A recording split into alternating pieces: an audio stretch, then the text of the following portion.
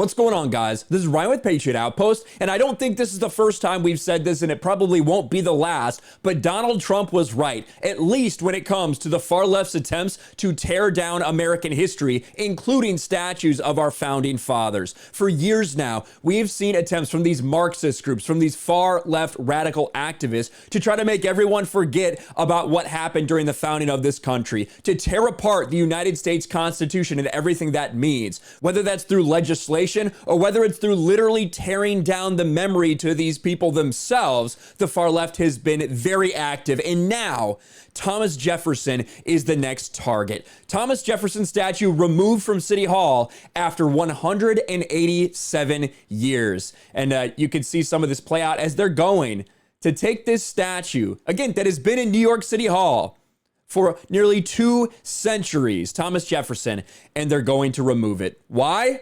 Because of the very same reason that Donald Trump said 4 years ago. Do you remember when this happened? When they were trying to tear down the statue of Robert E. Lee? We know what happened in Charlottesville, all of these things. What did President Trump say? Let's listen. Robert E. Lee are not the same. Well, no, George Washington was a slave owner. Was George Washington a slave owner? So will George Washington now lose his status? Are we going to take down... Excuse me. Are we going to take down statues to George Washington? How about Thomas Jefferson? What do you think of Thomas Jefferson? You like him? I do love Okay, good. Are we going to take down the statue? Because he was a major slave owner. Now we're going to take down his statue. So you know what? It's fine. You're changing history. You're changing culture. Well, a lot of people made fun of Trump when he said that. A lot of people said that's outlandish. That could never happen. All these late night talk shows, all the mainstream media, they all said that. That could never happen. Donald Trump is just using some ridiculous comparison. Well, here we are 4 years later, and that's exactly what's happening. And it's because, like Trump said, because Thomas Jefferson owned slaves. They are taking everything that is truly the fabric of American life, from our Constitution, from all of our history, everything, and they want to burn it down. They want to start over. And you might think it's ridiculous that Thomas Jefferson is next on this list, but like Trump said, George Washington owned slaves too. George Washington, could we be tearing down George Washington statues next? That's the only logical conclusion, isn't it? Thomas Jefferson is no longer in the room where it happens. Art handlers packed up an 884-pound statue of Jefferson in a wooden crate after a mayoral commission voted to banish the likeness of the nation's 3rd president because he owned slaves. And here's the statement, right? Carrie Butler, executive director of the Public Design Commission that voted to banish the statue, at first tried to block the press from witnessing its removal.